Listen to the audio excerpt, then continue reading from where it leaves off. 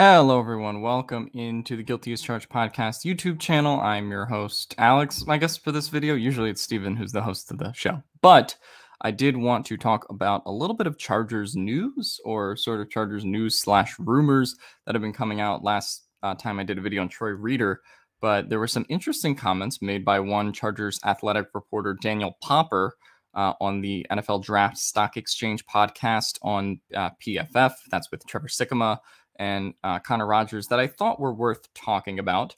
Steven was actually the first to alert me to these comments. And so I thought that they were a little bit interesting and definitely worth a mention. We're going to be talking about them on the show tomorrow when we do talk about, our NFL cornerback rankings. We are going to be doing top 10 cornerbacks like we've been doing top 10s of every position.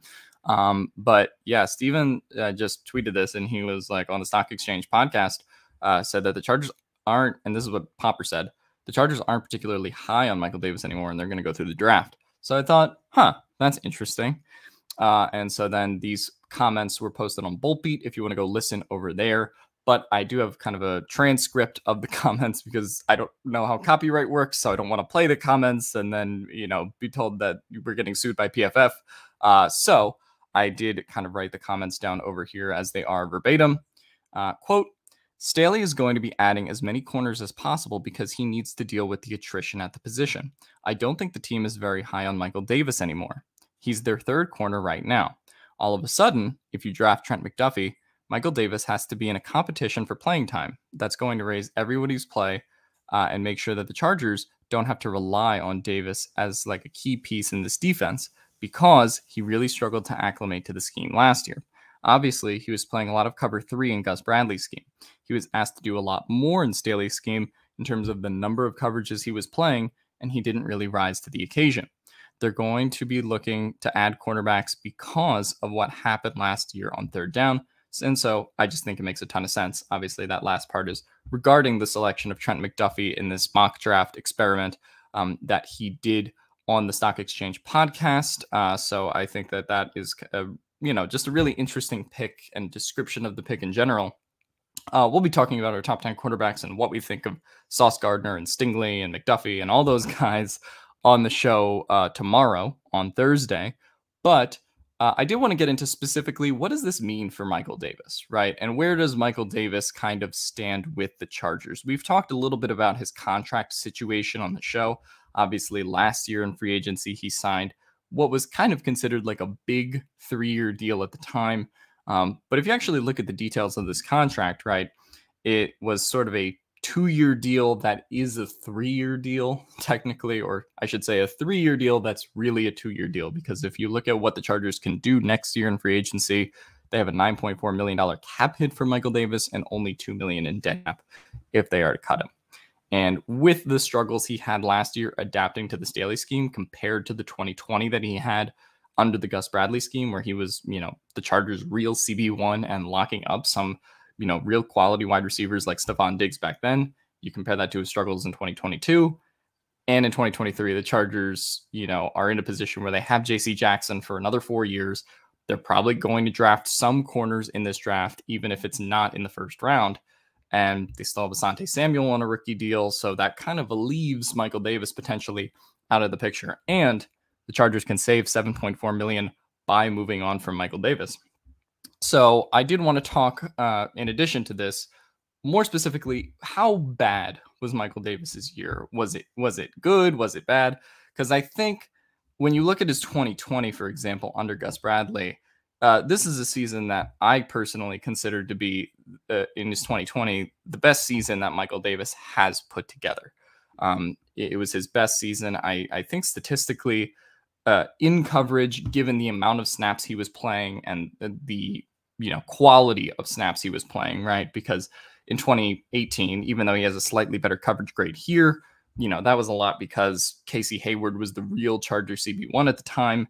And he sort of started that way in 2020, but, then Casey Hayward gets hurt and Michael Davis in November and December has to play a lot of games as the starting cornerback. And I think he actually really shined in those games. And that's why the Chargers had confidence in him, not necessarily as a long-term fit, but in this transition phase between Anthony Lynn and Staley, it's like, okay, we can give this guy a 2-year deal and see where he kind of winds up, right? If he can adapt to Brandon Staley's scheme, then, we can keep him. If he doesn't adapt to Brandon Staley's scheme, we can also just move on from him in 2023, like I just mentioned with his contract. And unfortunately, despite the Michael Davis sort of breakout in 2020, he regressed in a lot of key ways in 2022, such as his missed tackle rate. If you go back to 2020, tackling with Michael Davis was always a problem. He always had it over 14% missed tackle rate. He actually dropped that to 8.7 in 2020, but then this year in the Staley scheme, where he was being asked to move around the field a lot more, that actually went up 3.8% to 12.5. So the tackling problems for Michael Davis did sort of reemerge. Wasn't his worst tackling season by any means, but I do think it raises questions going forward about how effective he can be in a defense where he has to move around the field all the time. That's just the reality. And I think coverage was an area where he did struggle as well, right? We talked about playing multiple coverages.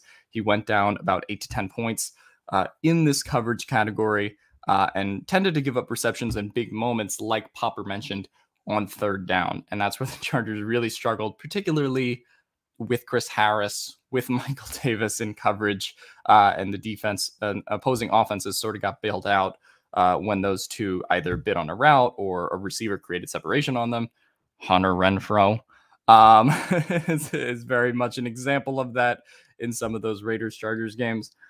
So yeah, I think when you look at Michael Davis's coverage as a whole, he was asked to do a lot more different things and struggled a lot in terms of doing those things. Technically, he gave up fewer yards. And, I think you look at that and it's like, okay, that's not too bad. His reception percentage was slightly lower actually over the season, but he also gave up the most yak of his career, which I think kind of suggests where he was getting beat, right? He was getting beat kind of in that 5 to 10 yards downfield range. And then someone like Hunter Renfrow would, create separation. Someone else would do something to him, which would cause him to kind of get washed out of the play. And now all of a sudden you have a situation in which he's giving up 200 yards of yak compared to his previous seasons, even compared to 2020, went 75 yards higher. Also did get burnt on the most touchdowns of his career. So definitely as a red zone defender was not as good as he could have been. And unfortunately for him in terms of run defense, not that I really live and die by PFF's run defense grade. It was a 49.4, which was the lowest of his career in terms of the percentage of stops he made. And if you actually look at stops in general, it was the fewest of his career compared to 14 in 2019. That was his previous low. He went to 13 last year. And that's actually concerning because he was playing such a large amount of the snaps with 851 in total. So I do think that is kind of a summary of Michael Davis's season as a whole. And then, of course, we do have to talk about, hey, if you're going to be CB1 in Staley's scheme, you got to force turnovers. And Michael Davis, you look at the numbers, didn't really force a whole lot of turnovers. Really only came up with one interception, unfortunately. And if you remember how that interception happened, this was the Bengals game, of course, where Joe Burrow threw a pretty perfect ball to Ja'Marr Chase, and Ja'Marr Chase just bobbles it, and it winds up in the hands of Michael Davis. I don't know why it's not opening that tab, but whatever. Oh, here it is. But yeah, I think a lot of Chargers fans will remember this play in which Burrow threw it to Ja'Marr Chase, and then it wound up in the hands of Michael Davis. So that was his one interception. And you actually look at the interception opportunities that Michael Davis created in 2020. I think he came away with 3 interceptions, came away with 2 interceptions in 2019. So he was never this ball hawkish corner, but still could come away with the ball and make good reads, I think, better in the cover 3 system under Gus Bradley, right? The Brady pick 6 is kind of an example of that, where he gets the read on the ball. I think that was just a more natural scheme for him to play. And I think this Staley scheme just kind of asks too much of him, given what his skill set is, and given the fact that his athleticism isn't overly athletic in some of the sense of the other guys that the Chargers are looking for, right?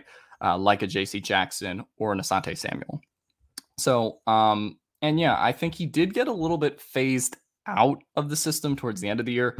Obviously, as their, lead corner, he had to play a lot of these games. But even in an example like the Kansas City game, which is one of his better games of the year, they didn't really stick him on Tyreek Hill on that game. They had him playing a lot on Byron Pringle, which is kind of why this was one of his okay games, right?